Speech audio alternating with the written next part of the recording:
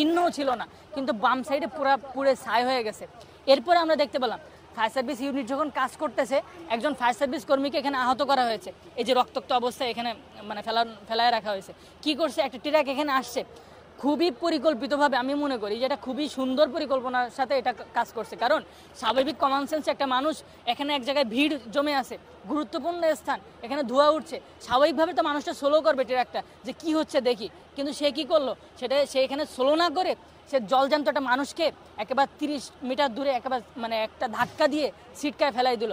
তাকে, সে তো গুরুতর অবস্থায়, আমরা তাকে মানে মেডিকেলে পাঠানো হয়েছে। এখনও আমরা যতটুকু সংবাদ শুনছি খুবই মারাত্মক অবস্থা, যেহেতু তার মাথা ফেটে গেছে এবং দাঁত এখান থেকে একটা দুইটা ওইখানে পড়েও আছে, রক্ত মনে ভেসে গেছে এবং ওনার ঘিলু বেরোয় আসছে নাক দিয়ে, আমরা এটা লক্ষ্য করছি। এবং যতটুকু এখনও পর্যন্ত সংবাদ শুনছি যে উনি বেঁচে আছেন আলহামদুলিল্লাহ, আমরা দোয়া করি উনি সুস্থ হয়ে ফিরে আসুক।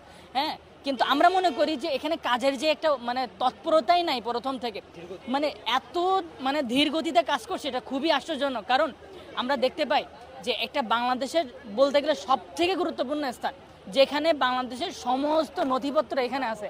এটা আমরা বলতে চাই যে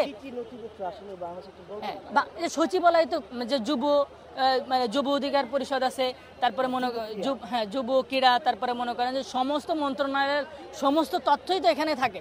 কিন্তু এখানে স্পষ্ট হয়ে যায় যে সজীবদের জয় কিন্তু কিছুদিন আগে একটা বক্তব্য দিছিল যে ফ্যাসিস্ট ছিল বাংলাদেশে, এটার কোন নথিপত্র মানে থাকবে না বা নাই, প্রমাণ নাই।